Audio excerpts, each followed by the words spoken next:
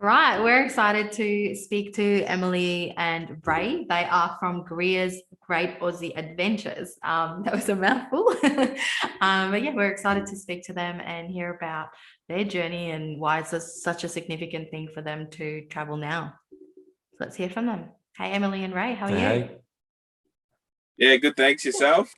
Oh, Yeah, we're we're very going good. good. Yeah, it's a bit Yeah. warmer here now in Western Australia, so Well, the sun's out a little bit. yeah, Just poked its neck out Yeah, in person. yeah.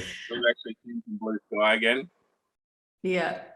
So we want to know more about you guys. So who's Emily and Ray or the Greers Great Aussie Adventures? Yeah, so we're basically, like everyone else, worked our whole lives up until 3 years ago, and like I've been blind my whole life, and it's only getting progressively worse. So basically, like everyone, we're seeing each other for an hour in the morning, a couple of hours at night, and that was it. And we basically come to the term and said, I want to see Australia before I can't see it, and see each other more and have some more family time. So we made the big decision and sold everything we owned and hit the road. Wow. Wow, deep. Yeah. That's, I mean, what a reason to do it. Firstly, and that you've been able to do it. I think it's a beautiful country that we live in, that we should be able to see it. And yeah, the life of the 9 to 5 and, just seeing your family for a few hours is just, yeah, it doesn't need to be that way. So I think that's amazing. Yeah. So where are you guys actually from? Originally Townsville in Queensland. Yep. Yeah, North Queensland. Yeah. They're born and bred, and sort of I moved around a little bit, but we're always in the Townsville region. But it was good to leave there, that's for sure. And how long ago did you guys actually leave on your tour? Just over 3 years. Yeah, so 2018. Yeah. Wow. Oh. And you haven't got a end date yet? You're just going?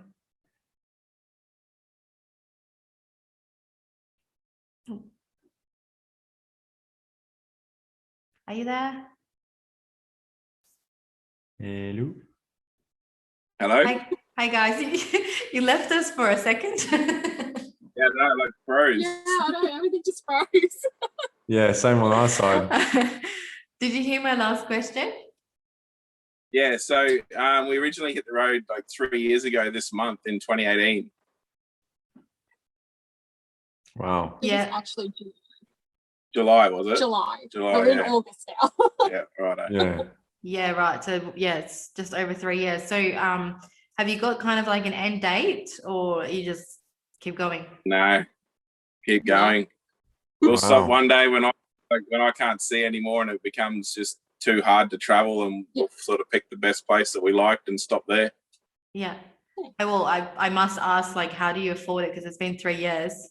Do you actually work on the way or?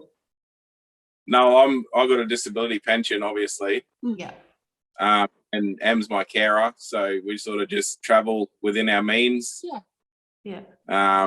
We might only do 100K in a fortnight or 200K in a fortnight, but we make sure we don't miss anything. And by doing it that way, we do see everything we want to do. So wow. Yeah. That's just amazing, hey? That is, yeah, that's beautiful. Take it slow and get to see everything. Yeah. Like everyone watches your traveling blogs, that sort of stuff, and we sort of wanted to do more of seeing Australia and seeing each town and the history. We love history, so the history of each town and stopping at all the little museums in every little town, talking to locals, getting to know each place rather than just flying to your big towns and doing your tourist attractions. Yeah, not just the big ticket items. It's the little ones too. The little towns that matter. Oh, I think that's amazing. I mean, that's the way. Australia is so big, but that's the way to really see the country. It's not just the lap, or it's not just the touristy things. We definitely, once we leave, that will be our thing as well. Yeah, we want to live on the land. We don't just want to travel and see travelers. We've spoken to so many people that have been on the road for 12 months, 2 years, and they all say they've done certain things, like Like the Cape is a big thing, like Stewart Highway, Nullarbor, like they all say, oh yeah, we've done that. And frankly, they've driven it, but they haven't done it. Like everyone's in a mad rush to go point A to point B and not stop in the middle and see what's there. Yeah. Yeah, wow. So when you decided that, okay, you want to do something because you're going blind, how did you decide to, like, were you always camping or traveling? You know, were you always so connected into Australia's history or anything? Or how did you get to the decision? I guess let's buy a caravan and let's just, you know, travel because I want to. How quick was the decision? Yeah. Well, I grew up camping, and sort of same sort of thing in her family. My dad and grandparents have travelled Australia. Em's grandparents travelled the world. So it's basically and yeah, we've always loved little outback towns and the history of each town and why they're there, why they're not there anymore. So we brought a little caravan, this little van we got now, just to sort of start doing longer trips. I think we did 2 just short trips, and we said, bugger this, let's just hit the road full time. Yeah, cool. Easy decision. Yeah. Yeah, so I think we went from the day we decided to 3 months. We were packed up, moved out of our house, and driving away in 3 months. Wow. And what did everyone else think when you did that? Pardon, what was that? So what did everyone else think about you just going and do that? The biggest thing is jealousy. Yeah, I bet. There's so many of my friends in our family, basically just jealousy. Yeah. I had some really good mates that didn't like it, obviously, just the fact that I was leaving and didn't intend on coming back. But yeah, most of the family just excited. The reason we're doing it, so everyone got behind us. So yeah, we were happy and they were pretty supportive, like most of our family. So that made our decision a lot easier as well, I guess, that we didn't have to feel bad. Everyone was behind us. They were happy. So it just basically sealed the deal for us. It was like, well, let's go. Why not? Yeah. And have you been back to like visit family and friends and, you know? Yeah, well, unfortunately, the whole COVID last year, we had the lockdown. Yeah. And because at the time because we just recently rebuilt the van, and before that we didn't have a shower toilet, so we couldn't go to a caravan park. Right. Had any stations for lockdown because you had to be self-contained. So we ended up contacting one of my friends back in Townsville and setting up in his backyard for all the lockdown time. Wow. Yeah. Lucky, good friend. Yeah, very good friend. Yeah. So you said you did a couple of things to the van. What's special about the van, or you know, a bit about your setup? Yeah. So if you guys, or anyone comes over to our YouTube channel and has a look at our van build, for what we've done, and pretty well, no matter who you are and what you can do, what we've done to this van will basically blow your mind. So we pretty well stripped it back to just the bare 4 outside skin walls. And rebuilt the whole inside, every cupboard. Rebuilt the whole lot to basically what we wanted. Nice. Put a full household size shower in it, so it's not a little pokey caravan shower. Yeah. We got 43-inch TV. Just all the little luxuries that you miss, and I can't see those little tiny caravan TVs anyway. So yeah, the big TV. Yeah. But now I can't see yous. I'm sort of just looking in that direction. I can't see. That's okay. Yeah, I was you were talking about the shower, and because we're building a caravan and I'm building my shower too, you know, for a big tall guy like me, a decent shower, but I still reckon I'll miss my shower because I love taking a long shower. Yeah. And you don't have water. Spare the water. Yeah. Okay. We'll see it all.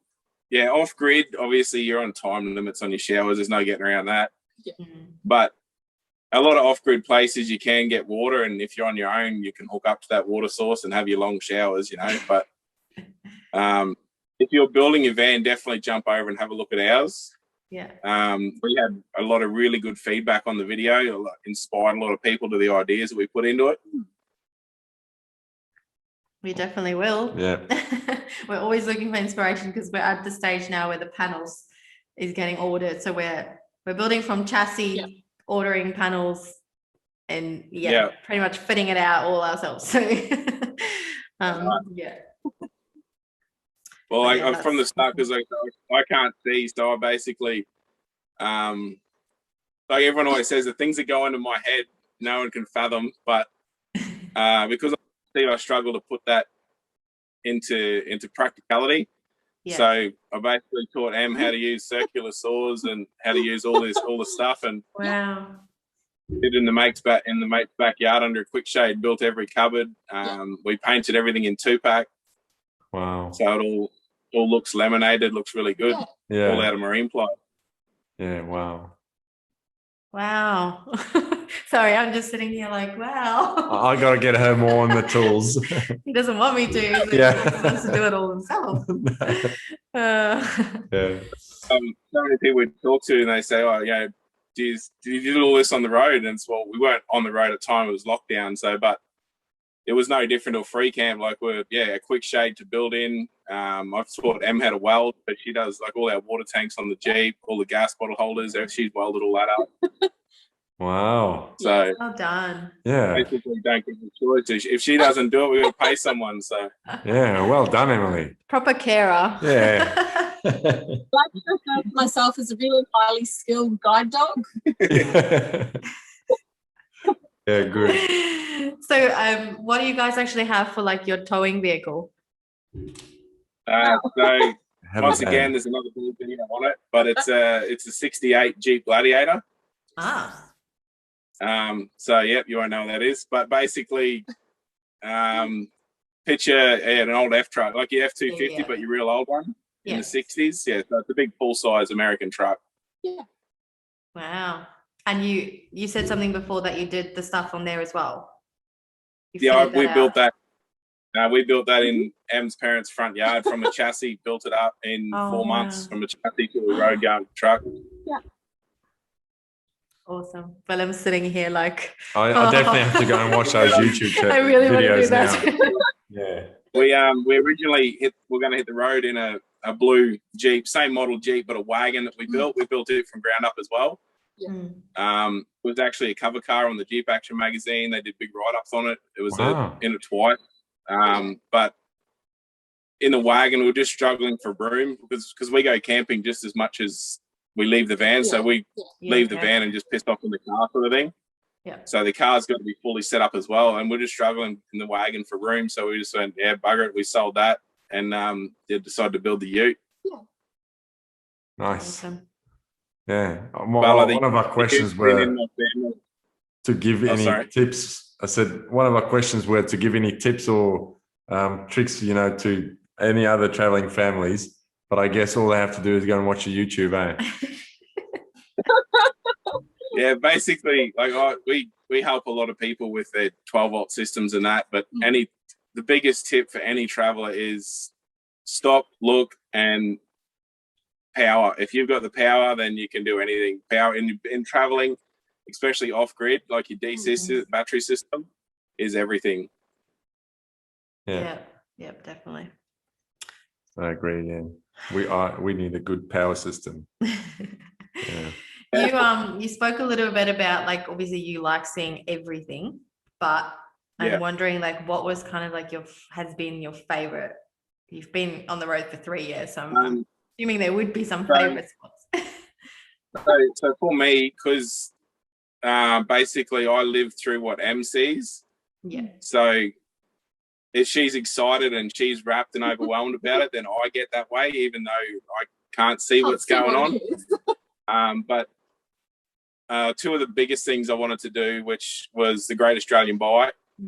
I could see a bit of that, and to me, that's the edge of Australia. It was incredible. And this one at the tip of Cape York, that was the other thing I wanted to do, and it was the same thing up there. Like you standing on the edge of Australia, it was incredible. Oh wow, I'm getting goosebumps just thinking about it. Yeah, I can't imagine. Yeah, I'm thinking about us probably going there and thinking about us being able to see it, but you didn't Yeah. even get to see it, like Yeah. well, see it properly, like what we can see it physically, but it probably still meant Yeah. such a big Yeah. deal to you. And yeah, Well, it is. that's what I say in our YouTube videos a lot. Basically, if you watch our YouTube video, you're seeing it at the same time as I am. Mm, So we'll do all these things, and then Em will edit the video and put it up. And it's not until it's on the TV that I actually get to see it as well. So I'm actually seeing it when everyone else is. yeah, Oh, okay. right. Yeah. Okay. So yeah, is that how? Yeah, we're trying to think now how do you how actually your see? blindness works. Yeah, so sort of His short vision or still. So in short, he's got Stargardt's disease. So I guess when I first met Ray 15 years ago, the best way he explained it to me was like get a pair of glasses, pop them on, and smudge glue over the middle of them. You know, you clay glue. Clay glue. Yeah. Put like a big clay glue in the Right in middle, and then smear it out to the sides. That's what I see. Yeah. Yeah. Yeah, right. So really everything is like blurred.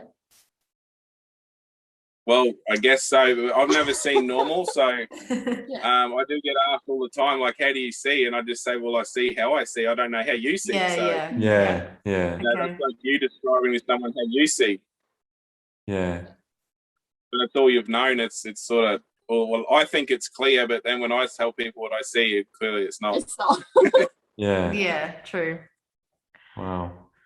I wear glasses and I hate if there's even just a little smudge on them. Yes. So You should be grateful now. I should be grateful now, yeah. And is there any places that you haven't been to and you actually want to be like go still? We still haven't seen the snow. Yeah. Okay. Our plan was last year we were supposed to be at the snow, but COVID. Yeah. And then our plan was this year we're going to be at the snow, but COVID. COVID again.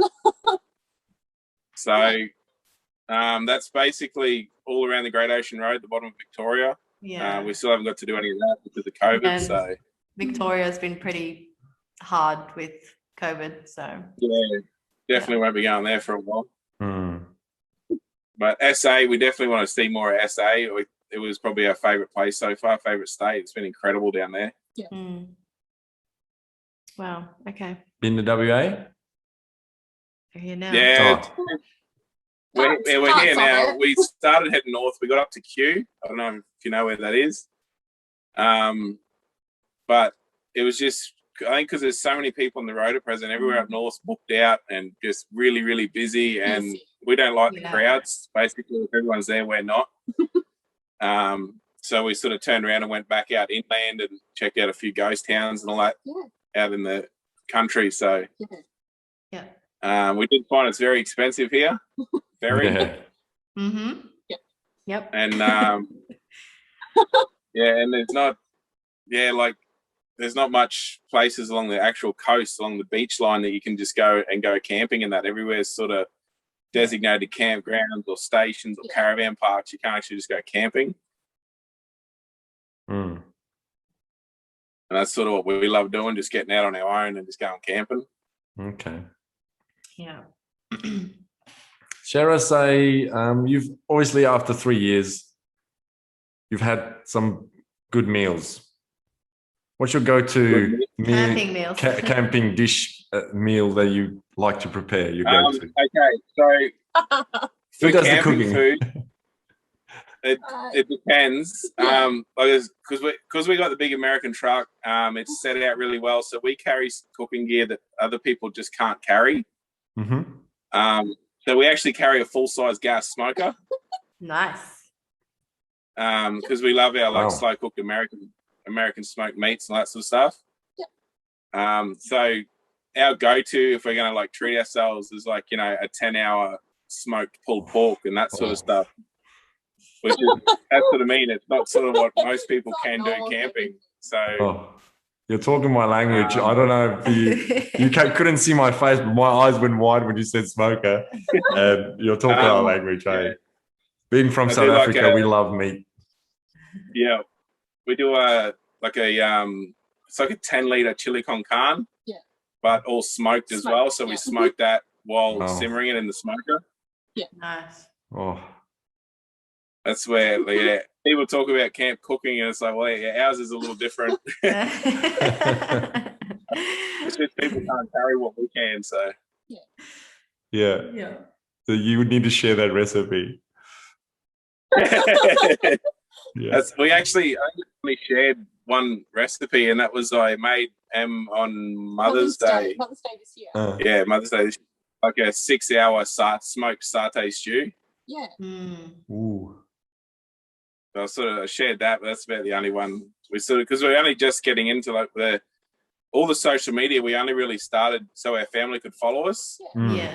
And then it turned out we were getting other people following us and other people asking questions. So and then we had people on the road asking about the car and the van, and so we just sort of doing it for everybody, and that's why we thought we'd do the YouTube, because it sort of can involve me then if we do the YouTube. So it's good to give value to other people when you've got it, and I think you guys definitely do. And I like I've always because like I said, I've been blind my whole life, so I've done a lot with my life. Like I've done it on our YouTube video as well. On our YouTube channel, there's a full video about my eyes and my life. But I've always thrived to show disabled people and even able-bodied people that can't is not a word. Like you can do anything you want. If you say you can't, you're full of it. And I've basically set my whole life out to proving that. Good on you. Yeah, beautiful. Yeah, I love that. That's pretty much we always ask a question at the end as well, and like, do you have any advice for people who want to start traveling, and they're kind of him-and-hawing about whether they should? Have you got any advice? And I guess that would be kind of summed it up, like, the don't think that you can't, you definitely can. The biggest bit of advice of traveling, if it's a hard decision, you're thinking about it too much. Don't overthink it. If you've got to think about it, then don't do it yet. Okay.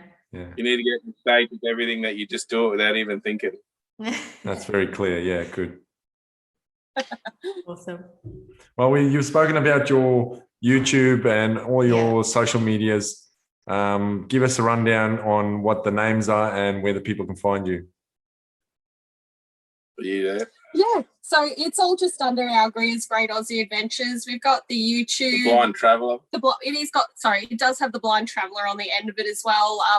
We met someone random, wasn't it, on the road that told us we should incorporate the Blind Traveller? Sorry. That was actually, if you do get on our socials, you'll see Kevin Gray and Leanne Gray from Travelling with MND. Yes. Okay, yep. He was a gentleman that was diagnosed with MND last January in Brisbane. MND is motor neuron disease, to anyone that doesn't know.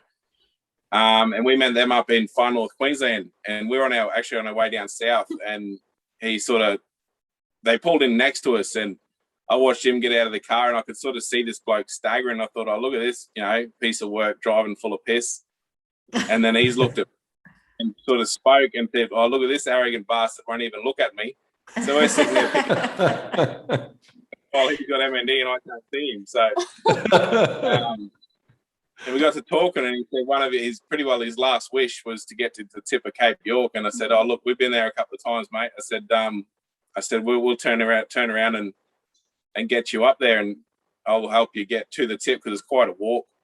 And he was struggling on his feet. So I said, yeah, we'll make the trip and I'll get you there. I'll make your wish come true. And it was actually him that said to us that we need to put the Blind Traveller on our name to sort of broaden the horizon and get, other blind people, disabled people, to see what a blind person, a disabled person can still do. Yeah, definitely. Wow. Wow, that's a beautiful story. Putting tears in my eyes. I'm sorry. This is such a beautiful story. Like, no, I laughed very hard, but I mean, it is still a beautiful story. Well, it was funny. But that's awesome, and that you helped them. Hands down, by far the best, I guess you call it, like, trip or holiday of our lives. Like, the best feeling of your life. It was amazing just to know you'd help someone complete that. MND is a horrible disease. He was given 2 years or so. He's still with us now. We actually caught up with him in South Australia into WA here. They've just gone home now.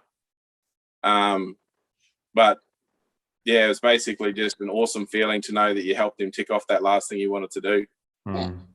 Yeah.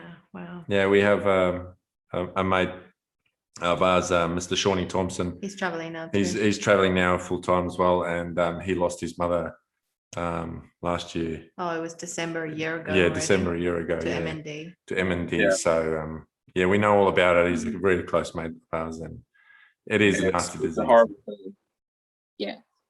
That's what he kept saying to me. He said, oh, you're so inspiring. You're so inspiring. And I said, mate, like, I'm blind. I've always been blind and always will be blind. Like, blindness is not going to take my life. MND will. Like, to know that he's still out there now, like, he obviously accepts help where he has to, but he'll do everything he can not to accept help, just for the simple fact that if he can still do it, why get someone to help?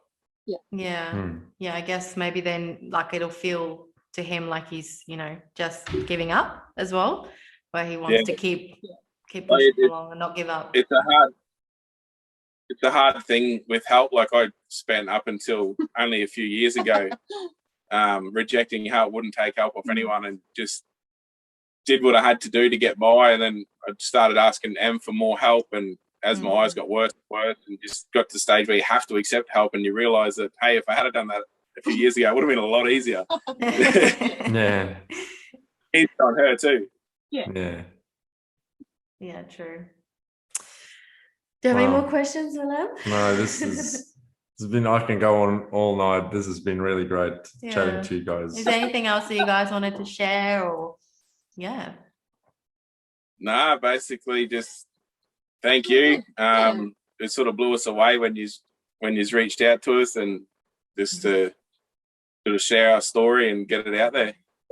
Yeah, we definitely love, the reason why people travel, and your reason was such a strong reason that we were just like, yes, we need to ask them and hear why they're traveling. It's going to be such an inspiration to people out there who wants to travel. And I mean, even for us, because we're waiting and getting our caravan done, and all these plans and stuff, but we got so much more than what you had, and we really could have gone, because we probably could have made other plans or sold our house quicker and then bought a caravan instead of building one, just so we can get on the road. Well, that's the hardest decision we had to make. So when we left originally, we kept our house, we put tenants in it and thought we'll just rent it out.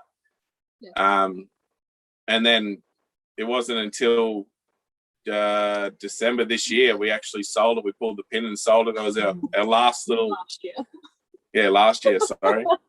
Our last little nest egg that we sold. That's our last lockdown thing. So we still got a trailer full of car parts and that.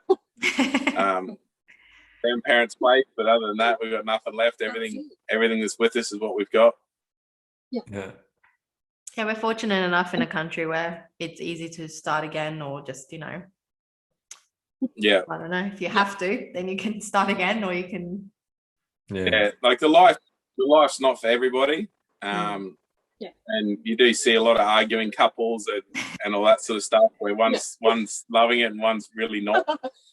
It's not big, like it is a very different lifestyle to what we used to have in the house. We've gone from hardly seeing each other and all having our own things, our own work and school and stuff, and then we've just crammed ourselves in this little box for the last 3 years.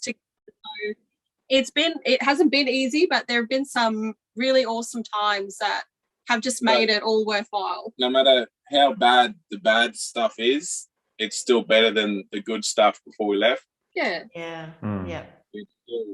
far outweighs. And like for us, we still sit here now and say, like, 3 years of being in the van, and we still say that by the time we want to stop traveling, we'll still live in the van, but we'll buy a block of land, put it on. So we'll never go back to a house. Yeah, that's well said. As long as I've got a shed to build my cars in, I'll be right.